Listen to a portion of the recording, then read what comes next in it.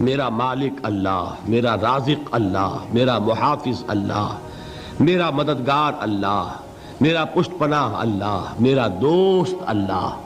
یہ دوستی ہے اللہ کی جو لب لباب ہے، حاصل ہے ایمان کا، اسی کا نام ولایت ہے۔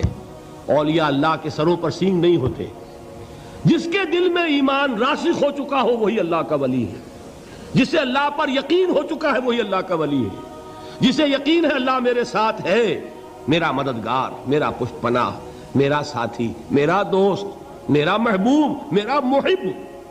اللہ اہل ایمان سے محبت کرتا ہے۔ واللہ یحب الصادقین، ان اللہ یحب الذین یقاتلون فی سبیلہ صفا کانہم بنیان مرصوص۔ اللہ محبت کرنے والا، اہل ایمان محبوب، اور اہل ایمان محبت کرنے والے اللہ محبوب۔ والذین آمنوا اشد حبا للہ۔ آپ تصور کیجئے جسے یہ رشتہ ایمان یا رشتہ ولایت حاصل ہو جائے، الا ان اولیاء اللہ لا خوف علیہم ولا هم یحزنون، آگاہ ہو جاؤ اللہ کے دوستوں کے لیے نہ کوئی خوف ہے نہ کوئی حزن ہے۔ اور میں بیان کر چکا تھا خوف اور حزن کے خاتمے ہی کا نام امن ہے۔ زوال خوف، زوال حزن۔ یہ خوف اور حزن کیوں آتے ہیں بار بار؟ اللہ تخافوا ولا تحزنوا، دونوں آ گئے۔ الا ان اولیاء اللہ لا خوف علیہم ولا هم یحزنون، پھر وہی دو۔ وہ کیوں ہے؟ خوف ہوتا ہے کسی مستقبل کی بات کا، یہ نہ ہو جائے، وہ نہ ہو جائے، یہ نقصان نہ پہنچ جائے، یہ تکلیف نہ ہو، یہ غضب نہ آ جائے۔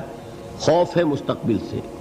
حزن ہے یہ کیوں ہوا، یہ نہیں ہونا چاہیے تھا، یہ میرا فلاں چیز میرے ہاتھ سے جاتی رہی ہے، فلاں موقع نکل گیا، اب بیٹھے ہوئے ہیں اندر ہی اندر کڑ رہے ہیں، صدمہ ہے اور رنج ہے۔ اور جو اللہ پر ایمان رکھتا ہے وہ جانتا ہے ما اصاب من مصیبت فی الارض ولا فی انفسکم الا فی کتاب من قبل ان نبرأها ان ذلک علی اللہ یسیر لکی لا تعصوا علی ما فاتکم ولا تفرحوا بما آتاکم واللہ لا یحب کل مختال فخور۔ اس زمین میں یا تمہاری جانوں میں کوئی تکلیف، کوئی مصیبت نہیں آ سکتی سوائے اس کے کہ جو اللہ نے لکھ دی ہو، اس سے پہلے کہ وہ ظاہر ہو۔ جس کو یہ حقیقت معلوم ہو گئی اس کو یہ طرز عمل اختیار کرنا چاہیے، جو چیز چھن جائے، جاتی رہے، چھوٹ جائے، اس پر افسوس نہ کرو۔ کس نے چھینی؟ دوست نے۔ دوست کے فیصلے پر شکایت۔ دوستی کو بٹا لگا رہے ہو، سر تسلیم خم ہے جو مزاج یار میں آئے۔ اگر دوستی ہے تو پھر تو تمہیں گردن جھکانی چاہیے کہ ہر ساقی ماریخت عین الطافست، جو بھی میرا ساقی میرے پیالے میں ڈال دے اس کا کرم ہے، جو اس کی طرف سے آئے اس پر کوئی رنج نہیں، کوئی صدمہ نہیں، کوئی غم نہیں، کوئی شکایت نہیں، کوئی شکوہ نہیں، اور جو ہوگا وہ اس کے اذن کے بغیر نہیں ہوگا، اور اس کا اذن ہوگا تو یقیناً میرے لیے خیر ہی خیر ہے، چاہے وہ ناگوار شے ہو، بظاہر مجھے اچھی نہ لگ رہی ہو، میری شارٹ سائٹڈنس میں مجھے وہ نظر آ رہی ہے کہ میرے لیے بری ہے، لیکن قرآن نے کہا ہے عسیٰ ان تکرہوا شیئا وہو خیر لکم وعسیٰ ان تحبوا شیئا وہو شر لکم واللہ یعلم وانتم لا تعلمون۔ ہو سکتا ہے تم کسی چیز کو ناپسند کرو دراحال کہ اسی میں تمہارا خیر ہو، اور ہو سکتا ہے تم کسی چیز کو پسند کرو دراحال کہ اس میں تمہارا شر ہو۔ اللہ جانتا ہے، تم نہیں جانتے۔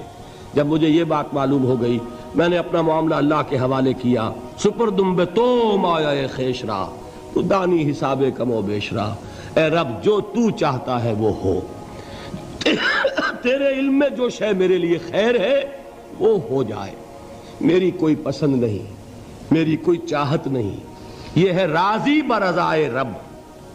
اکبر الہآبادی نے اسے کہا ہے رضائے حق پہ راضی رہ، یہ حرف آرزو کیسا، خدا خالق، خدا مالک، خدا کا حکم تو کیسا۔